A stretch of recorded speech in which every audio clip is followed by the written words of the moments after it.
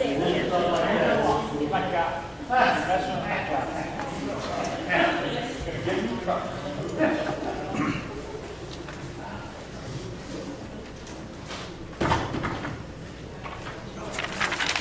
want to welcome everybody here this morning. As most of you are aware now, Terry was up all night sick. His gastrointestinal issue had come up again.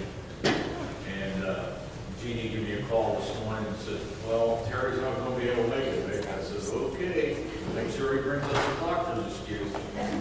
So I'll be the substitute teacher today. I know how classes usually treat substitute teachers. Just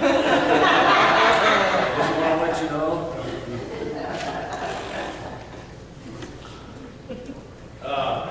So we won't be doing one of Terry's lessons. I told him just leave those when he comes back. So I have one that I've had. Since we're having a fellowship meal today, right at the Wellness.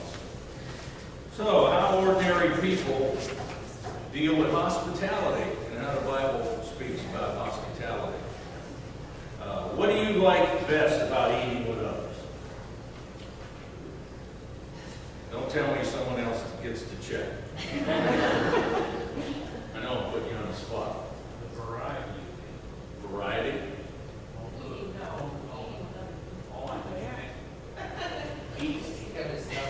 Eating at others, yeah.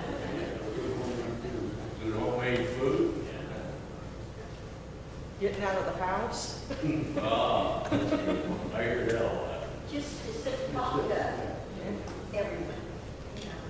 Yeah, Well, it's like, eating alone is no fun. a few years ago, Deb and I went to Hawaii, and we went to Keith and Linda, so we had somebody to talk to. But it's the same kind of thing. I've been conversation, you might meet new people, enjoying good taste or different taste. You share what's going on in each other's lives, get to talk about all kinds of stuff. Encouragement. Okay. I can help. The show Everybody Loves Raymond. Raymond and his wife were sitting there having dinner and they're just staring at each other. They had nothing to say to each other. So they're trying to start a conversation. It was real awkward and like that. So it's always good. It's good to talk about all kinds of stuff. You get to know people better. See what they're really like. Because, sometimes we have a tendency to be somebody different during services. Discover new things about dinner partners. You might find what they like or might see some kind of idiosyncrasies. Share old news or gossip. Find out what your husband likes because he might try somebody else's dish and he might like that. Like I looked at him one time, he went out and he ordered this chicken dish and I looked at him and said, I didn't know you liked chicken. Sometimes you hear a new joke or interesting stories about each other, which is always nice to share. So this morning we're going to look at Jesus' comments on hospitality. Eating together has always been an important activity for people. It's just something we do. Just popped in one of our sons, Tony, when he went to the Marine Corps, and when he come home, sit down and eat. So what are you doing? He says, I got used to that. You got 5 minutes to eat. I said, you can relax now. Okay, this Bible study, who do you invite when you go out to eat?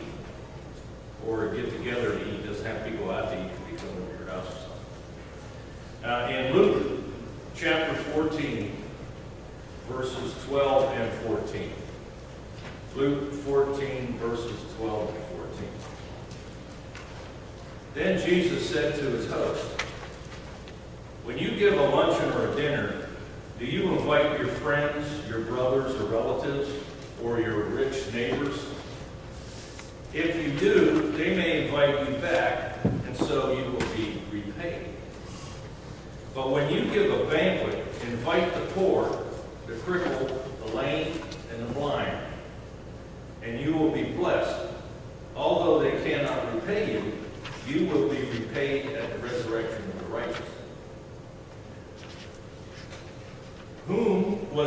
supposed not always to invite to a luncheon or dinner, and why? We learn from this is Frankie. Whom was he not always to invite to a luncheon? I guess I could have phrased it a little better. His friends, his brothers, his relatives, rich neighbors. Why? Why was Jesus saying this? Not to invite them. I mean, not that you wouldn't invite them. Why is he putting an emphasis on those who aren't your friends or your relatives or your rich neighbors? He says in this verse, you do it expecting a reciprocal invite. Don't do it expecting you're going to get something in return. So who did Jesus want people to invite to dinner? Just read that verse. Poor. Just the poor. Other the Gentiles? The people who couldn't invite you back. I have a footnote that the lame and the blind were not allowed in the temple, were excluded from the temple, so maybe they wouldn't have the opportunity for all these good things, like conversation and catching up and, companionship, because they weren't allowed in the temple, but invite them to dinner. Then they would get all the benefits from being together. Good point. Anybody else?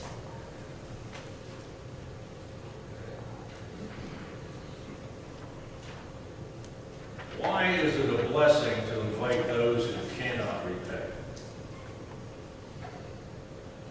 Now we have to think about it. Why is it a blessing to invite those who cannot repay? Our reward is in heaven. That's where our emphasis is. God's blessings are far better than a dinner invite.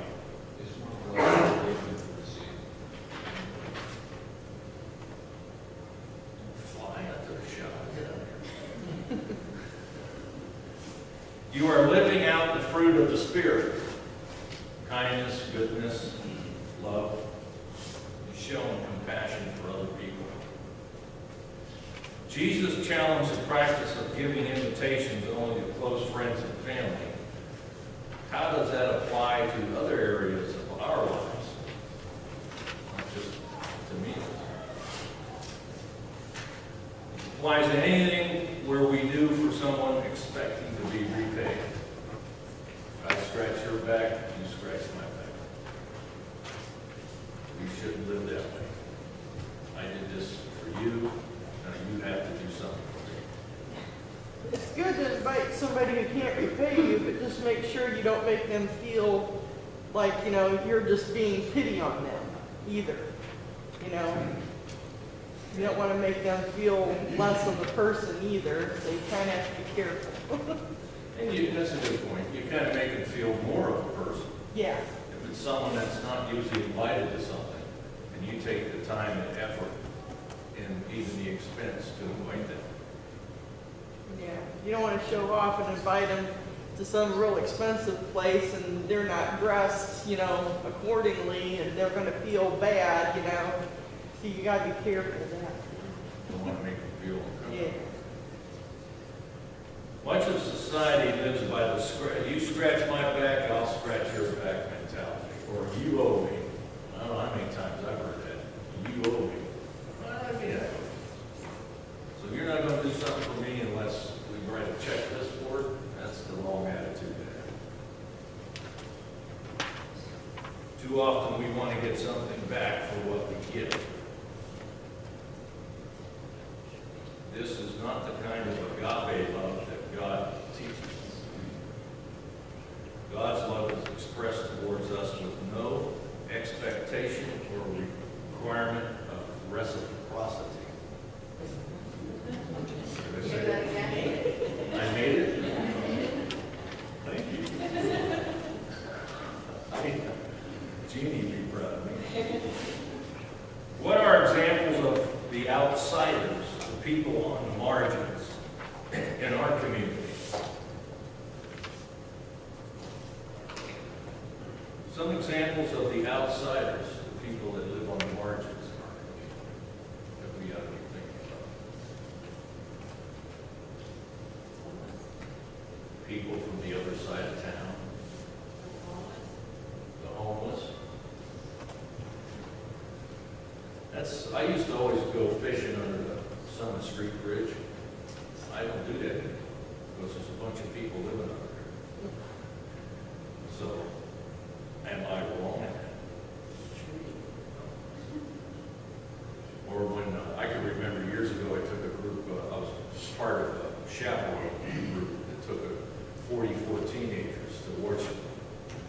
And Deb and I, Washington DC, and Deb and I were like sheepdogs. Heard them come around this way, heard them run over here, heard them back this way. Well, there was a lady panhandling selling pencils, and she had no nose. And these kids were just, they were freaked out. They thought they were looking at the Songers. It's just that they never see people like that. We have to ask ourselves, why don't we ever see people like Then I think I'd be more worried about getting fish out of the Mahoning River than people under the Summit Bridge. that? I never ate a fish out of the river. No. I catch them and throw them back in. Night fishing's fun because they glow when they swim.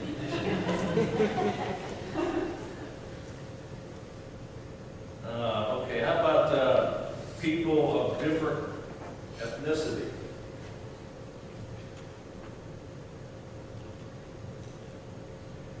People from the poor end of the street or poor end of town. We ever see it? You know, there's a Church of Christ in Warren, on the poor side of Warren. I met the preacher here one time. I never seen him again. I'm not saying it's his fault. It's probably my fault. How about neighbors that keep to themselves? You got any neighbors that just kind of keep to themselves? Are we neighbors that keep to ourselves? Yeah, because they're so far back off the road. Well, yeah. You guys got your own road. You're so far back. That's okay. Rick, I got, since I've been laid up for a while, because of the shoulder, I can't go to grass.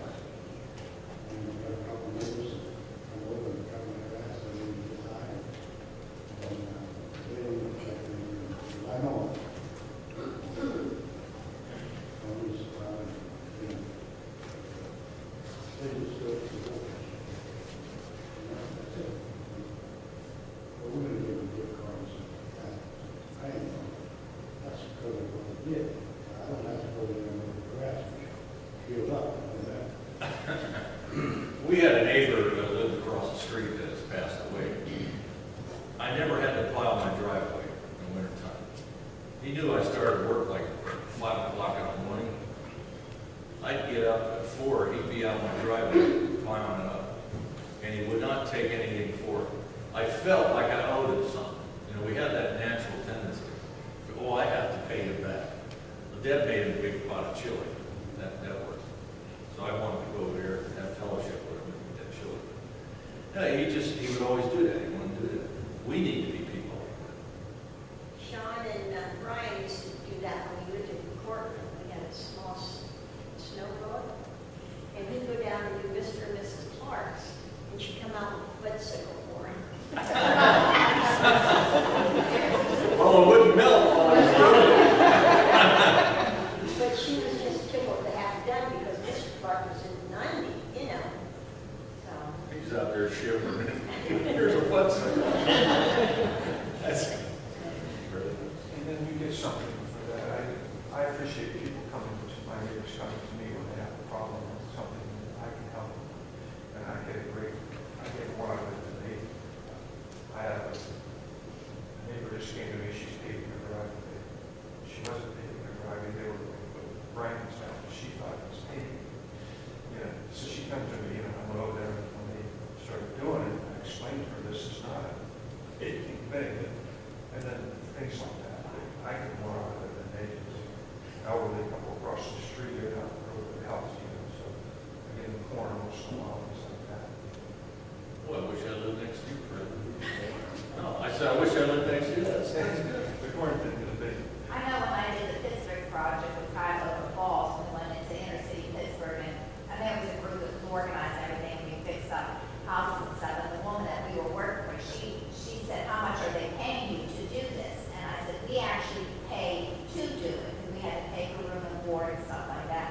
was just totally amazed that, first of all, we were actually paying to help her out.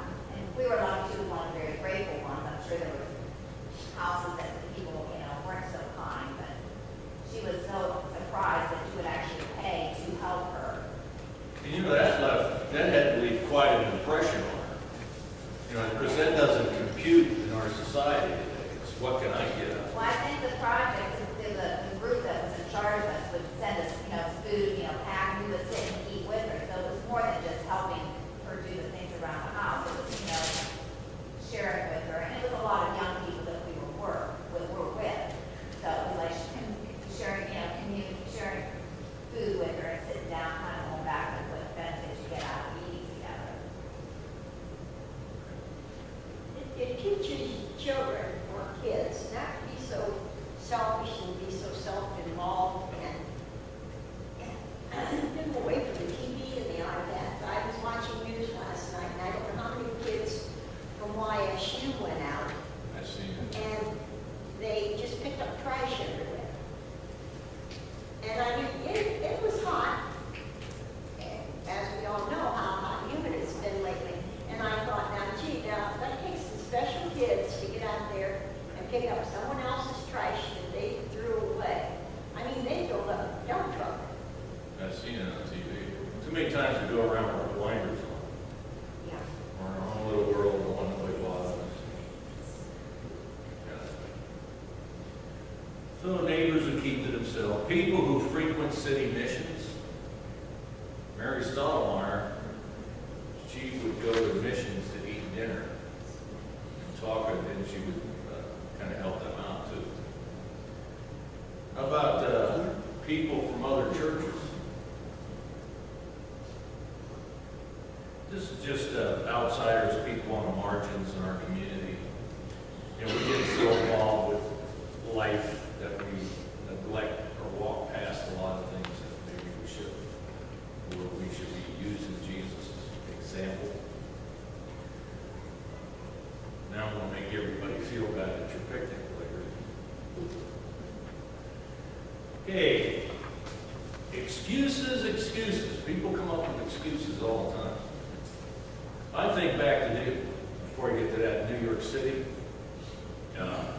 you didn't have any back porches. All you had was front stoops, front porches. And there's no air conditioning in the old apartment buildings, so you were actually forced outside. You'd be sitting out there, everybody'd be talking and stuff. And I've told this story before. In Niles, my sister Teresa, which every Italian family has to have, but my sister Teresa, the power went off in the street. Everybody come out of the houses. The kids were playing in the streets. The adults were standing around talking. Everybody's getting along with their neighbors, communicating with each other. And then the power come back on. Go back to their own little world. Well, I have no front porch, but I got a big deck out back. So, Okay, here's some bogus excuses. Excuse me. Luke 14, 15 to 20. Luke 14, 15 to 20. When one of those at the table with him heard this, he said, "Blessed is the man who will eat at the feast in the kingdom of God." Jesus replied, "A certain man was preparing a great banquet and invited many guests. At the time of the banquet, he sent his servant to tell those who had been invited, 'Come, for everything is now ready.' But they all alike began to make excuses. The first said, 'I have just bought a field, and I must go see it. Please excuse me.' Another said, 'I have just bought 5 yoke of oxen, and I'm on my way to try them out. Please excuse me.' Still another said, 'I just got married, I can't come.'" So Jesus does not seem to praise the blessing given in verse 15,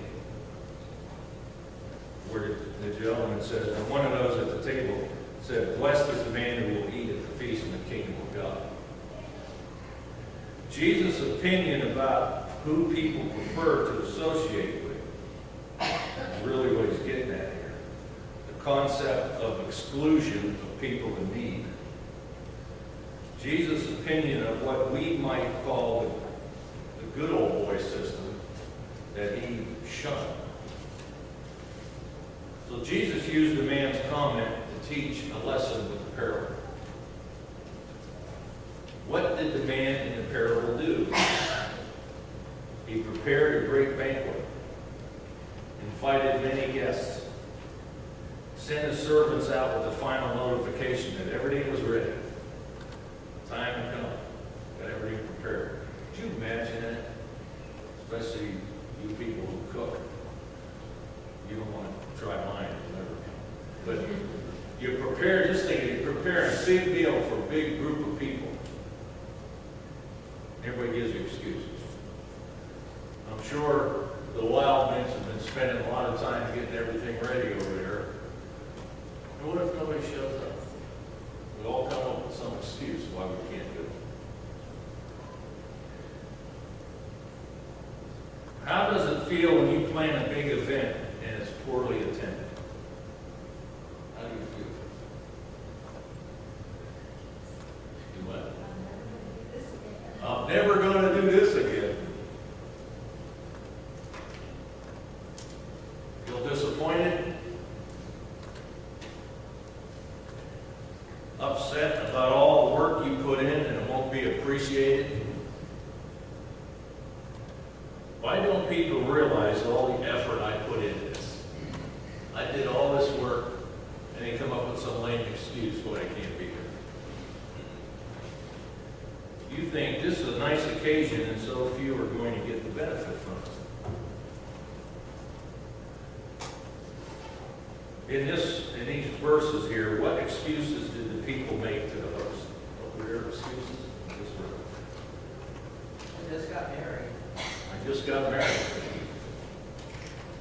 I think too busy with physical things or too busy with relationships, which are some of the excuses we have for not coming to the Jesus' feast, kingdom, you know. Once I bought some real estate, I got to go look at it. You bought it, you didn't look at it. Bought it, I got to go look at it. Okay. You didn't check out your oxen before you bought them, so I bought these oxen. What do the excuses of the guests reveal about them in their hearts? That's what you got to think about. They really didn't want to come anyway. I mean, sometimes something does come up. You can't go to something you're invited to. We understand it. But a lot of times we're just trying to make an excuse. They were rejecting any association with the host. I'm not going over to, I'm not going to say a name. I'm not going over to so-and-so's house. I can't stand it. Where they got all these little brats running around and climbing on me, sticking their gun on me or whatever. I'm not going over there. There's always excuse. Or they had different priorities. They thought little of the effort and expense the host had gone through. Instead of appreciating that someone spent a lot of time and effort preparing something for you, you come up with a lame excuse why not to go. You're not thinking about that person that did that. So this is more than just a comment of rude guests. Jesus was responding more to the comment about the blessings of feasting in the kingdom of God that individual started out in that verse. What does this story teach us about the kingdom of God? So the invitation is open. It's up to us to take an invitation.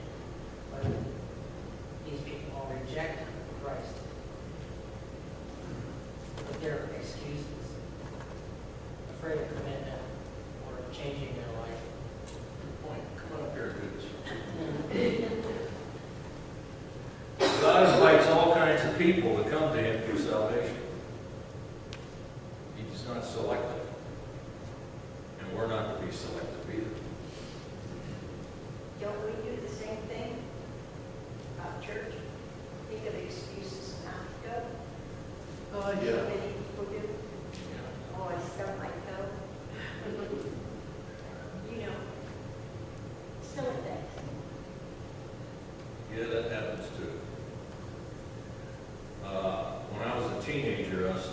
friend of mine at Craig's Beach, Lake Milton.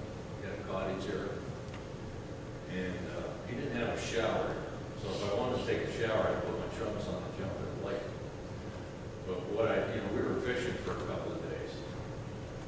So, when you're fishing, you have to take a shower. At any rate, I still have my fishing clothes on. And I went to a little local church here and walked in there. Here I am, a long-haired teenager with dirty clothes on, fish scale stuck on me. And I could understand somebody kind of, getting upwind of me or something. They wouldn't talk to me. They moved away from me. I was all by myself in a little corner. And I told you the story about my aunt, who was quite wealthy, lived in Orangeville. She started going to a little church here, and these people just flocked around her. And when my sister would go with her, they'd flock around her as well. When my sister went to that church one morning, Sunday morning, my aunt wasn't there, and nobody even talked to my sister. So it's just, There was a pastor I was listening to on the radio once, and he was from California, and he was saying how they were talking about how people in the churches have fallen away, and the churches aren't as full as they used to be. And he was scorning the people in the church, saying it's your own fault. Because back in the 70s, when these long-haired hippies from California and that were coming to church, you didn't want them dirtying up your carpets and your seats, and you ran them off. And now these young hippies are adults now, and they weren't brought up in the church. That's what it was. This interesting. You were talking about being, yeah. a long-haired teenager, and this brought that to mind. Yeah, I even had hair back then. Well, we got, 5 minutes, Keith? Yeah. Okay, I'm going to run through this. Someone said that God is more willing to save sinners than sinners are to be saved. The people who act religious are not always the ones who respond to God's call. Their priorities are all wrong. They are basically rejecting God, want nothing to do with Him. So I'll move down here to Luke 14, 21 through 24, the next few verses. This is who did get invited. The servant came back and reported this to his master. Then the owner of the house became angry and ordered the servant, "Go out quickly into the streets and alleys of the town and bring in the poor, the crippled, the blind, and the lame." "Sir," the servant said, "what you ordered has been done, but there is still room." Then the master told the servant, "Go out to the roads of the country lanes, make them come in, so that my house will be full. I tell you, not one of these men who were invited will taste the good banquet." So the master's reactions to the excuses that the people gave ordered his servants to go out and round up all kinds of folks. Bring in people who weren't initially on the guest list. For the Jew first and the Gentiles. Bring in people who were on the fringes of society. Whom did the master invite to the banquet to replace the original ones? The poor, the crippled, the blind, the lame. The same list Jesus originally suggested. So why do you think the master wanted to ensure that the banquet hall was full? To go to that effort to change the guest list. He wanted it full. He wanted to share his blessings with others. He didn't want his preparations to go wasted. Christ didn't die on the cross for nothing. He enjoyed meeting and getting to know all kinds of folks. Christ is open to all. Skip over some stuff. Okay. How is the kingdom of God like this banquet? God's kingdom is the realm where God rules. People who reject God's invitation of salvation don't have God ruling in their lives. It's as simple as that. People who accept God's offer realize their need for a Savior, for someone to straighten out their lives. So let's put a couple of elements of this passage together. Sharing a meal with people who are not on our usual guest list and inviting inviting people to a meal as an effort of evangelism, ultimately inviting them to the kingdom of God. So what are some reasons that can be a powerful means of introducing people to Christ? Everyone enjoys a good meal. We get to know neighbors better than just waving at them across the street, which I do all the time. I know what you. We can offer to pray for those in need because you get to know them and you get to recognize their needs. And they can discover our love for Jesus. Just about that. Look on the fringes. Most neighborhoods and community groups, some people tend to get left out. We need to be looking for those who are left out. They're just waiting to be invited. Identify some of those people on the margins, and let's go out and seek them. Okay. Before the next time we gather for a meal, talk with one another about how to involve some people from your neighborhood or community. We need to involve people from the community. And it's always good to, a lot of churches, their growth is based on people from other churches coming to our church. And say, well, that's church growth. We need to be reaching out to people who have not been invited before, who have no church affiliation. Just be a group of ordinary people doing ordinary things with gospel intention.